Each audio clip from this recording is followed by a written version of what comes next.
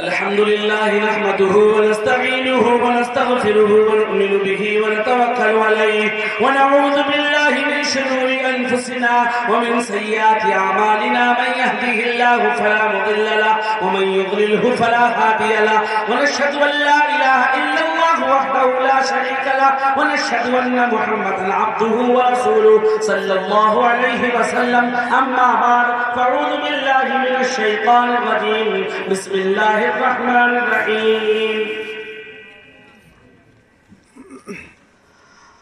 اليوم أكملت لكم دينكم وأتممت عليكم نعمتي ورضيت لكم الإسلام دينا. جب نبی آخری آ گئے، شریعت آخری آ گئی، کتاب اللہ کا قرآن آخری آ گئی، تو بتاؤ دین مکمل ہوا کہ نہیں ہوا؟ اب جب کوئی نبی نہیں آئے گا، اللہ کے نبی صلی اللہ علیہ وسلم خاتم النبیین ہے، ختم الرسل ہے، تو اب بتاؤ کیا کوئی نیا دین نئی شریعت آئے گی کیا؟ سب کہہ رہے ہیں نہیں آئے گی. ابھی تمہیں بتاؤ وہ کیسے آتی ہے. کوئی نئی شریعت نہیں آئے گی. فرمایا دین مکمل ہو چکا، اب تیرے گھر کی شریعت نہیں، تیرے باپ کی جاگیر نہیں. اگر تو اللہ اس کے رسول صلی اللہ علیہ وسلم پر سچے پکے دل سے ایمان لے آیا، جان قربان کرنے والا بن جا، اپنے نبی کے دین کی حفاظت کے لیے، قرآن کی حفاظت کے لیے، مدارس کی حفاظت کے لیے، علماء کی حفاظت کے لیے، ماں باپ کی خدمت کے لیے، بھائیوں بہنوں بیٹیوں کی عزت کی حفاظت کے لیے تو جان کا قربان کرنے والا بن جا. اللہ تیری مدد کرے گا. اللہ کی مدد اس کے ساتھ آتی ہے جو اللہ کے حکم، اس کے رسول صلی اللہ علیہ وسلم کے طریقے کے مطابق 100% زندگی گزارتا ہے. اب کوئی نیا دین نہیں آئے گا. ایک بچے کو میں نے تقریر دی تھی جس کا نام تھا موسیٰ، ماسٹر نظام الدین صاحب کا صاحبزادہ، اور اس نے اشارے میں یہ بات کہی کہ حلال چیزیں جب چاہے جب کھا سکتے ہو، حلال کمائی سے جب چاہے کھا سکتے ہو. کوئی تاریخ متعین نہیں ہے کہ آج ہی قورمہ کھائے گا، کوئی دن تاریخ متعین نہیں ہے کہ چاہے کھا سکتے ہو. بات سمجھ آ رہی ہے؟ شراب کبھی بھی حلال نہیں ہو سکتی، حرام ہے، ہر حالت میں حرام. دوسری بات ڈی جے باجے. بیاہ شادیوں میں اگر ڈی جے باجے بجیں گے تو بتاؤ حال کیا ہوگا؟ ہماری ماں بہن بیٹیاں ہیں، گھروں میں رہتی ہیں، ہے نا، تو ان کے اوپر کیا اثرات پڑیں گے؟ اس لیے آپ سے گزارش ہے کہ ڈی جے باجوں سے اگر آپ نے اپنے نکاحوں کو پاک کر لیا، اپنی بیاہ شادیوں میں ڈی جے باجے بجانے بالکل 100% بند کر دیے، اللہ کی قسم اسلام غالب ہو کر رہے گا. قرآن کو ماننے والے، اللہ اور اس کے رسول صلی اللہ علیہ وسلم پر ایمان رکھنے والے ہاتھ اٹھا کر سینہ تان کر کہیں گے ہم ہیں مسلمان، ہم ہیں کلمہ پڑھنے والے، ہم ہیں اللہ کے رسول کے غلام. ہم ناچنے والی قوم نہیں ہیں، ہم ٹھمکا لگانے والی قوم نہیں ہیں، ہم بے حیائی کھلانے والی قوم نہیں ہیں، ہم ظلم و ستم کرنے والی قوم نہیں ہیں، بلکہ ہم امن پھیلانے والی قوم ہیں. ہم نے ہندوستان کے اندر امن لانے کے لیے امن و شانتی کا پیغام دیا ہے، اور امن و شانتی کا پیغام دینے کے لیے اپنی گردنیں بھی اگر کٹوانی پڑے تو ہم تیار. دوسری بات شب بارات، چلو اسے چھوڑ دو. زکات، کسی کے پاس اگر 2 لاکھ روپے کا زیور ہو کسی عورت کے پاس تو اس پہ 5,000 روپے کی زکات نکلتی ہے. کتنے کی نکلتی ہے بھائی؟ 5,000 کی زکات نکلتی ہے. اگر شربت نگر کی 200 عورتوں کے پاس زیور ہے تو سنو، کان کھول کر سنو، میرے نبی نے فرمایا اگر تو اپنے زیور کی زکات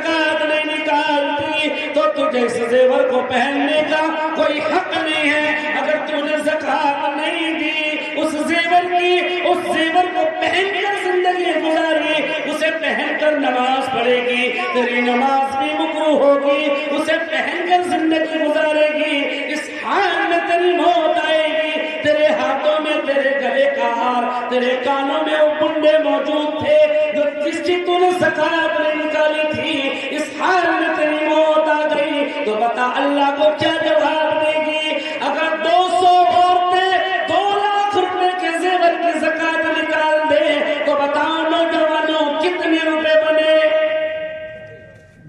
کیا اس مدرسے کو تم بڑا نہیں کر سکتے؟ اس مدرسے کی پڑھائی اگر میں آپ کو بتاؤں، ایک چھوٹے سے کسی بچے کو بلاؤ تو آپ کہیں گے کہ ہاں واقعی میں ہمیں دیکھنا چاہیے گل شفا، ایک بچی کوئی آ جائے مورتی والی میں سے گل شفا۔ آپ کو میرا مقصد اپنا بیان سننا نہیں ہے، آپ سنتے رہتے ہیں۔ تو زکات، یہ بتاؤ کہ ہمارا مذہب کیا ہے، ہمارے نبی کا نام کیا ہے؟ جب ہمارے نبی کا نام آئے تو کیا پڑھنا چاہیے؟ زکات کس پہ فرض ہے؟ صاحب نصاب کسے کہتے ہیں؟ جس پر 12.5 تولہ چاندی ہو یا اتنا مال ہو۔ حج کس پہ فرض ہے؟ جو بنا قرض کے حج کر کر اپنے گھر آ جائے۔ 5 وقت کی نماز کس پہ فرض ہے؟ ہر مسلمان بالغ مرد عورت پر۔ ہمارے نبی کہاں پیدا ہوئے؟ مکہ میں۔ ہمارے نبی کی عمر کتنے تھی؟ 63 سال۔ ہمارے نبی کی وفات کس دن ہوئی؟ پیر کے دن۔ بارہ چلے جاؤ۔ یہ جتنی لڑکیاں نہیں بھیج سکتے، ارے تعلیم والا سکھاؤ جہاں آپ کے بچے کی جو ہے تربیت اچھی ہو، تعلیم والا سکھاؤ جہاں قرآن و حدیث کی بات بتائی جاتی ہو، سب سے اچھی پڑھائی۔ میری گزارش آپ سے یہ ہے، یہ آپ کا مدرسہ ہے، ہم چاہتے ہیں آپ ہمارا ساتھ دیں، مدرسہ ترقی پر ہو، اس میں بچے جو ہے پڑھیں اور آپ اپنے بچوں سے سوال کریں۔ میں تو بالکل جو ہے یہاں بیٹھا ہوا کہہ رہا ہوں جو میں نے پڑھایا ہے آپ سوال کر سکتے ہیں، 6-7 مہینے کی محنت ہے۔ شب زکات ادا کر دی ہے، قبرستان، مدرسے کے بچوں کی ڈریس ایک ہونی چاہیے، اگر رہا اور آپ کی دعائیں میرے ساتھ رہی تو رمضان کے بعد ایڈمیشن ان بچوں کا لیا جائے گا جن کی ڈریس ایک ہوگی۔ مدرسے کے قبرستان کے اندر پیڑ اگر لگا دیے جائیں اور وہ پیڑ 5 سال کے بعد بڑے ہو جائیں اور بڑے ہونے کے بعد آپ چاہو تو ان پیڑوں کو بیچ کر کاٹ کر بھراؤ ڈال دو، چاہو تو باؤنڈری اونچی کر دو اور چاہو تو آپ ان پیڑوں کو بیچ کر مدرسے قبرستان میں دکان بنا دو تو اس کی آمدنی آپ کے مدرسے یا دونوں مسجدوں کے لیے انشاءاللہ تیار ہو جائے گی۔ یہ دونوں مسجدیں اللہ کے گھر ہیں، اللہ کے گھر سے محبت رکھنے کا حق ہر کلمہ پڑھنے والے ہر مسلمان کو ہے، اللہ کے گھر کا حق ادا کرنے کا حق ہر مسلمان کو، ہر ایمان والے کو ہے۔ اب سب ہاتھ اٹھا کر کے کہو کہ انشاءاللہ ہم اللہ اور اس کے رسول صلی اللہ علیہ وسلم کے سچے عاشق اور سچے غلام، ہاتھ اٹھا کر کہو انشاءاللہ۔ اب تم نے گواہی دی ہے، اللہ کی قسم میرا دل خوش ہوا ہے۔ ایک واقعہ سناؤں گا اور تم سے جو ہے بس میں ایک چھوٹا سا سوال کروں گا۔ سمیہ رضی اللہ تعالیٰ عنہ کے ایک پاؤں میں زنجیر باندھ دی گئی، اونٹ کی گردن میں باندھ دیا گیا۔ سمیہ کے دوسرے پاؤں میں زنجیر باندھ دی گئی، اونٹ کی گردن میں باندھ دیا گیا۔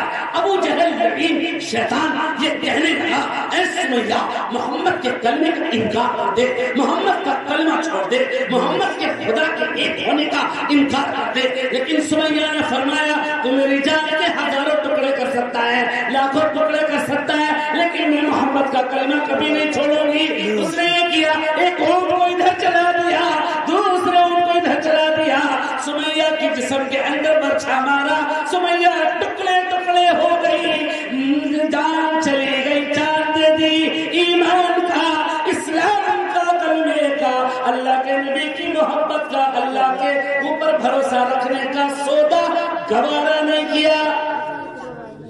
ہم یہ نہیں کر سکتے۔ ایک صحابی رضی اللہ تعالیٰ عنہ ہے اللہ کے نبی کے دربار میں اور آ کے یوں کہنے لگے، یا نبی اللہ میں کتنی مرتبہ معاف کروں، ایک انسان کو کتنی مرتبہ معاف کروں بتاؤ؟ تو اللہ کے نبی نے فرمایا ایک دن